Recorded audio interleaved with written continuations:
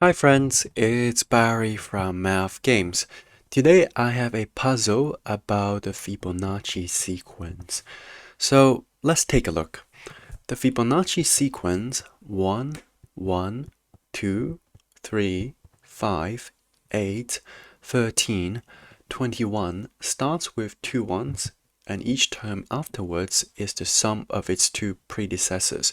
So you can see here 2 is the sum of 1 plus 1, 3 is the sum of 1 plus 2, 5 the sum of 2 plus 3, 8 the sum of 3 plus 5, so on and so forth. So the question is, which one of the 10 digits is the last to appear in the units position of a number in the Fibonacci sequence? So what that means is we have these numbers. We have 1, 1, 2, 3, 5, 8.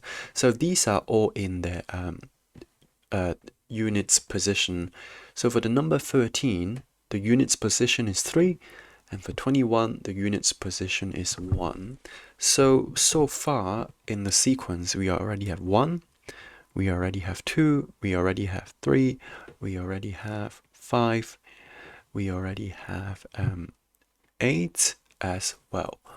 So now we want to keep tracing out the Fibonacci sequence to find the other numbers so that we can determine the last number to appear in the unit position. So let's do that, okay? So we have 13 and then 21, right?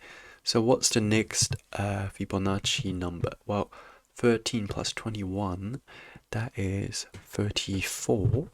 So you see now we already have a 4. So 4 cannot be our answer, okay? So next, 21 plus 34, that is 55, which we already had. And then 34 plus 55 is 89. So we have a 9. So 9 is not the answer either. And then let's keep going. 55 plus 89 is, so we have 135, and then we add 9, so that's 144, right?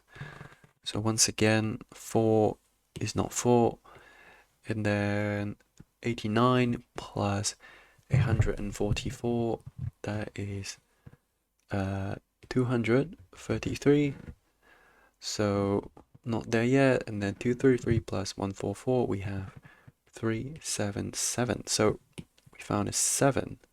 So it's not 7. So we are left with 0 and 6.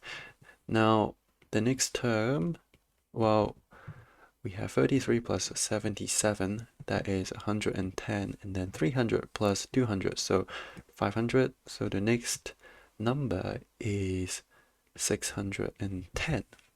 Oh, so we see we now find the 0. So 0 is not the answer. So we must have 6, which is the last to appear in the units position of the number in the Fibonacci sequence. Now, you can try adding these numbers on, and at some point you will find that the number where 6 first appears in the digits position is quite a big number. It's 10,946. And I think that's quite interesting. We can probably study the patterns and the behavior of how these units digit appear in the Fibonacci sequence. So yeah, that's it for today, and I'll see you in the next one. Bye.